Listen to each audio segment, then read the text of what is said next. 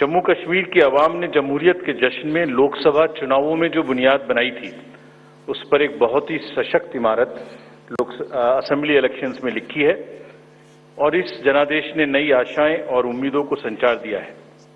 Now it is over to the people of J&K to take this democratic journey forward. और हम एक नया gold standard और set कर रहे हैं। Just to remind you, just to recall, चुनाव घोषणा के समय ही हम अपना इरादा घोषित करने लगे हैं। हम अपनी विल और इंटेंट को पहले बताते हैं और उसे पूरा करके दिखाते हैं। Just to take you down the memory lane, Lok Sabha के चुनाव के समय, अनाउंसमेंट के समय हमने वादा किया था कि हम 4M की चुनौतियों से निपटेंगे और हिंसा, पुनर्मतदान, धन और सोशल मीडिया के दुरुपयोग की अनुमति नहीं देंगे। और आप सब जानते हैं कि हमने वो करके दिखाया।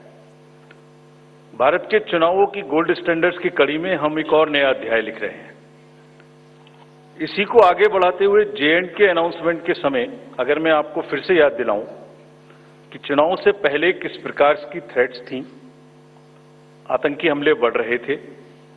लोग, आप सब लोगों में से बहुत लोग ये भी पूछ रहे थे कि पता नहीं चुनाव आयोग J&K में चुनाव कराएगा कि नहीं कराएगा। और 16 अगस्त को जब चुनाव की घोषणा का समय था, तो इसी प्लेनरी हॉल में हमने अपफ्रंट और बोल्ड वादा किया था। और मुझे याद है मैंने कहा था कि जमहूरियत के जश्न में आपकी शिरकत दुनिया देखेगी नापाक इरादों की शिकस्त की कहानी।